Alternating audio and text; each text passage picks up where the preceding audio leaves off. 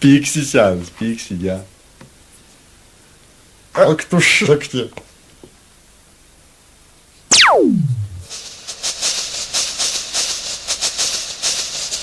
Jau vyrai, kaip sakant, valosi prakaitas nuo savo kaktų. Ir kaip sakant, rinkiminiai debatai. Bet turime ir telefoną, kaip sakant, visi galite užduoti klausimus savo. Dėk pirmasis skambutis. Prašom. Alio, Laura. Čia Mindė kalba. Nervozima.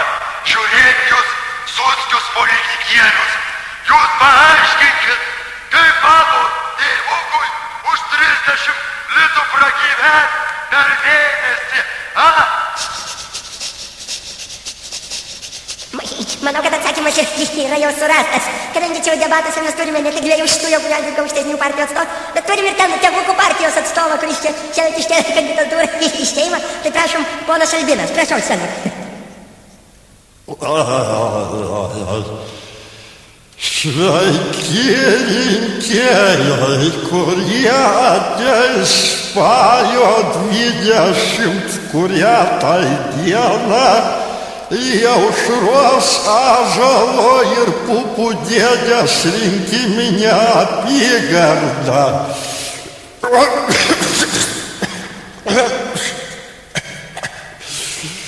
Kaip pragyventi tėvukams už 30 litų. Štai kur klausimas, brangus rinkėjai.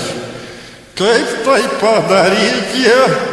Aš nežinau, bet jeigu prabalsuosit už tėvukų partiją, tai greit sužinosit, kaip ne tik už 30, bet ir už 14 litų galima sėkmingai pragyventi.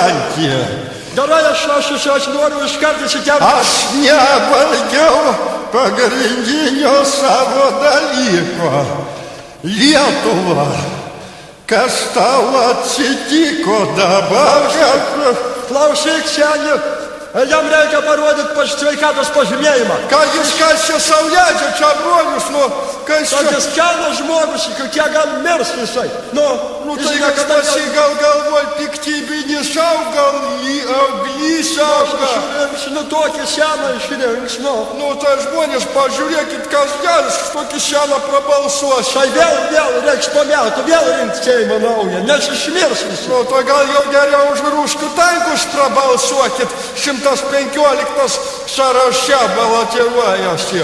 Tai klausykit, turėkit blaivaus proto, pažiūrėkit, kaip jis atrodo, pažiūrėkit, kas bėga pro visus galus. Aš tai solidarizuojuosi su jumi, ponas kolega partija, kad jį reikia išbraukti iš sąrašų. Žinokit, ne dėl to sukurt galim koaliciją, manau, kad kur aš su jumis kursiu, aš niekada su tavim nieko nedarysiu. Čia, kad aš stovėjau krūtinę, gyniau Lietuvą, tu pats su milijonais į Ameriką pabėgai. Kas tada Lietuvos ūkį gelbėjo, kai tu po tais takais neaišku, kam stovėjai, kas visų žemės ūkio padargus išgelbėjo ir kolūkius neardė, kada ardė visi. Jeigu dabar mūsų partija nebūtų tuo padariusi, tai Lietuva trak kibirioč nuveiktų.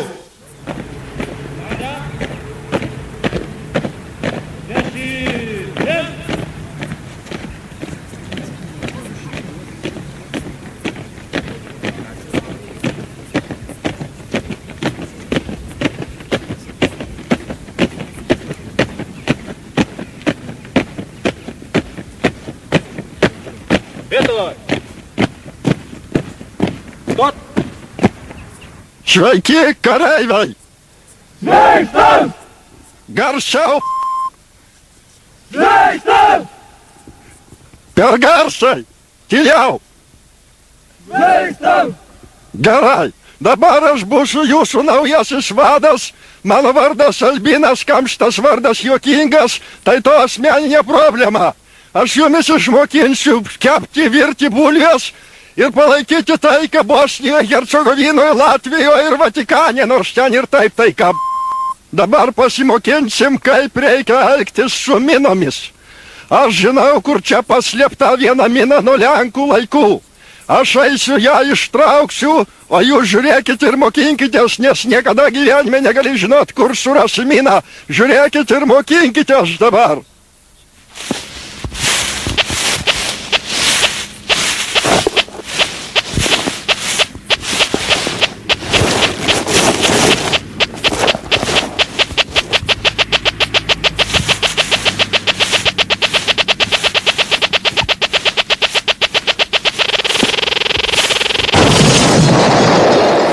Кефуре, тнутин!